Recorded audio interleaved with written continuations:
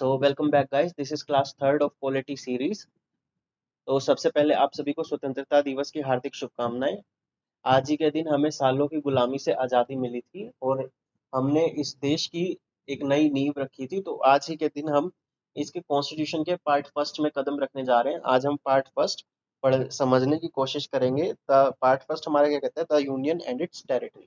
तो सबसे पहले अगर हम डे वन की क्लास याद करें तो डे वन की क्लास में हमने क्या देखा था।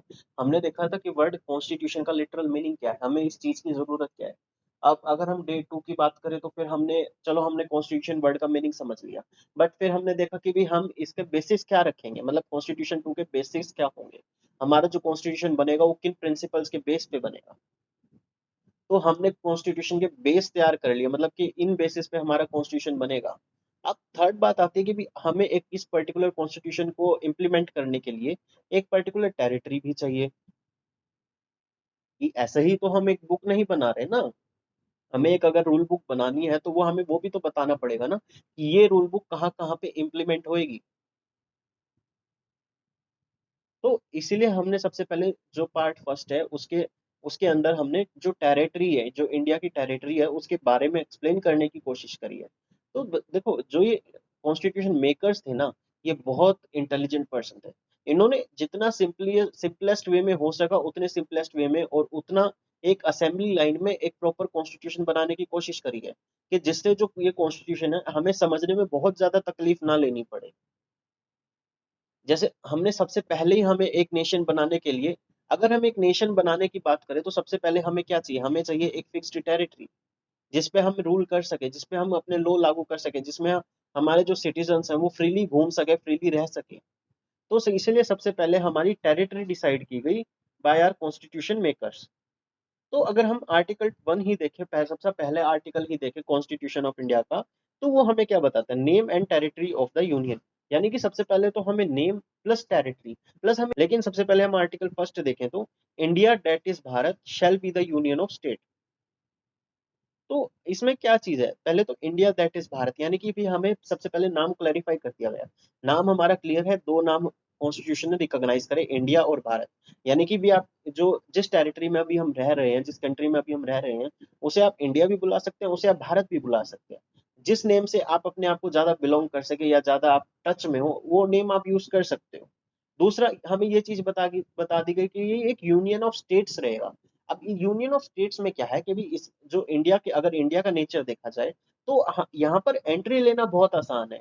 यानी कि अगर कोई भी नई स्टेट अगर इंडिया में आना चाहती है, मान लो आने वाले टाइम में नेपाल अगर इंडिया में आना चाहता है, अगर पार्लियामेंट की मर्जी होगी तो वो बहुत आराम से आ सकता है। लेकिन अगर नेपाल कहे 2-4 साल बाद कि भैया मुझे मजा नहीं आ रहा, मुझे छोड़ दो, मुझे वापस जाना, तो वो चीज यहाँ पर पॉसिबल नहीं है। ऐसे ही सिमिलरली बहुत सारी जो स्टेट्स है, जैसे 1955 तक मोस्ट ऑफ प्रिंसली स्टेट्स थी, जो हमारे रजवाड़े थे, वो भारत में विलय कर चुके थे, लेकिन फिर भी बहुत सारे एरियाज ऐसे रह गए थे भारत में जो कि काफी बाद में उन्होंने भारत में विलय किया, जिसका सबसे बेस्ट एग्जांपल सिक्किम का है। वो 1975 के अराउंड, हाँ 1975 के अराउंड वो सिक्किम ने, आप डेट कंफर्म कर लीजिएगा, मुझे एरिया ईयर इतना याद नहीं है, लेकिन बहुत काफी बाद में इंडिया में उसने अपना विलय किया। यानी कि अब वो आ तो गया है, लेकिन सिक्किम आज खड़ा होकर बोलने लगे भैया मुझे यहाँ मजा नहीं आ रहा, मुझे वापस जाना है, तो वो चीज यहाँ पर पॉसिबल नहीं है। अगर आर्टिकल टू की बात करें तो आर्टिकल टू क्या कहता है, admission and establishment of new states. यानी कि आर्टिकल टू है वो पार्लियामेंट को पावर देता है, क्या पावर देता है कि भी पार्लियामेंट चाहे तो अपनी कंडीशंस पे या जैसे उसको ठीक लगे कोई भी नई स्टेट को इस्टेब्लिश कर सकती है या नई स्टेट को एडमिशन दे सकती है। यानी कि कोई भी नई स्टेट, यानी जैसे आज के अभी मैंने नेपाल का एग्जांपल दिया, अगर नेपाल कहे कि मुझे आना चाहते हैं तो पार्लियामेंट अगर चाहेगी तो आर्टिकल टू की पावर का यूज करके नेपाल को एज अ इंडियन स्टेट बना सकती है और उसके अपने हिसाब से उसके जो कंडीशंस है वो फिट कर सकती है। यानी कि पार्लियामेंट के पास पावर है admission and establishment of any new state की। फिर आर्टिकल थ्री की अगर हम बात करें तो foundation formation of new state, alteration of area boundaries, names of existing state.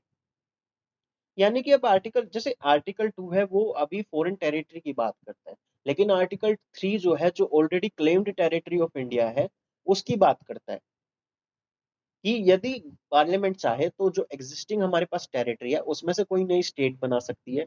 किसी भी स्टेट का एरिया छोटा कर सकती है, किसी भी स्टेट का एरिया बड़ा कर सकती है, और कोई भी स्टेट का नेम चेंज कर सकती है अगर वो चाहे तो। मतलब अगर उसे ठीक लगे या उसको नीड लगे तो वो कोई भी नई स्टेट बना सकती है। अब किसी भी ए स्टेट का एरिया छोटा कर सकते हैं, किसी भी स्टेट का एरिया बड़ा कर सकते हैं। अगर हम इसमें स्पेसिफिकली आर्टिकल 4 की बात करें तो जो आर्टिकल 4 की लैंग्वेज है वो थोड़ी डिफिकल्ट है। आप उसको एग्जैक्टली याद या समझ नहीं सकते, तो हम इसका एक टोटल मीनिंग समझने की कोशिश करेंगे। तो आर्टिकल 4 हमें क्या कहता है? Law made under article 2 and 3 provides for the amendment of first and fourth schedule and supplemental incidental and consequential matter। Article 4 क्या कहना चाहता है? सबसे पहली चीज तो हमें ये आर्टिकल 4 बता देता है कि अगर गवर्नमेंट कोई भी चेंज करती है पावर यूज करके, ये थोड़ा ध्यान से सुनना बिकॉज ये आर्टिकल बहुत ज्यादा कंफ्यूजिंग रहता है, बच्चे इसमें बहुत ज्यादा कंफ्यूज रहते हैं। अगर गवर्नमेंट कोई भी यूज करती है, मतलब कोई भी पावर यूज करके, जैसे आर्टिकल 2 और 3 में जो भी पावर गवर्नमेंट को दी हुई है, अगर वो यूज करके कोई भी चेंजेस अगर गवर्नमेंट लाती है, तो वो सबसे पहले तो अमेंडमेंट की एम्बिट में नहीं आएगा, वो आर्टिकल 368 के एम्बिट में नहीं आएगा। वो एक सिंपल लॉ में चेंज आएगा जो कि सिंपल मेजोरिटी से पास हो जाएगा। ठीक है, यहां तक ये एक पार्ट है आर्टिकल 4 का। यानी कि दोबारा सुनिएगा, कोई अगर गवर्नमेंट कोई भी चेंज लाती है पावर यूज करके under article 2 and 3 in the territory of India will not come under the ambit of Article 368. It will come under the ambit of law and will be changed by the simple majority। ये एक part हो गया article 4 का। अगर हम इसका second part देखें, तो यदि कोई भी चेंज आता है आर्टिकल 2 और 3 में इंडियन टेरिटरी में, तो गवर्नमेंट को वो कंपलसरी है नोटिफाई करना शेड्यूल 1 में और शेड्यूल 4 में। अब ये कंपलसरी क्यों है? तो सबसे पहले तो हम शेड्यूल 1 देखते हैं। शेड्यूल 1 क्या है? शेड्यूल 1 हमें कहता है, हमें टोटल लिस्ट देता है जो कि क्या क्या टेरिटरीज इंडिया के इंडियन टेरिटरी के अंडर आता है। तो अगर कोई भी चेंज आता है तो उसका कंपलसरी हो जाता है कि भाई हम शेड्यूल 1 में उसका नोटिफिकेशन लाके चेंज किया जाए, उसको एडिट किया जाए। और सिमिलरली शेड्यूल 4 क्या कहता है? शेड्यूल 4 है number of seats in the Rajya Sabha from a particular state. यानी अगर कोई भी नई स्टेट बनती है या स्टेट में कोई भी चेंज आता है, तो उसकी जो पॉपुलेशन है उसमें भी चेंज आएगा। तो राज्यसभा में जो सीट्स है वो पॉपुलेशन बेस्ड पे आती है। यानी कि जो भी होगा, अगर कोई भी स्टेट में चेंज आता है तो उसके लिए हमें राज्यसभा की सीट्स में भी चेंजेस करने पड़ेंगे। तो अगर कोई भी चेंज आर्टिकल 2 या 3 की पावर से गवर्नमेंट लाती है तो उसको शेड्यूल 4 में भी उसको चेंज करना पड़ेगा, उसको रेफर मेंशन करना पड़ेगा। तो इसमें सिंपल सा मीनिंग है, एक बार हम दोबारा देखते हैं आर्टिकल 4 को, क्योंकि ये बहुत ज्यादा कंफ्यूजिंग आर्टिकल है। जो आर्टिकल 4 हमें क्या कहता है? अगर गवर्नमेंट कोई भी आर्टिकल 2 और 3 की पावर यूज करके चेंज लाती है with in the territory of India, तो वो पहली बात तो कॉन्स्टिट्यूशनल अमेंडमेंट के एम्बिट में नहीं आएगा, वो आर्टिकल 368 के एम्बिट में नहीं आएगा। वो जस्ट एक सिंपल लॉ में चेंज आएगा।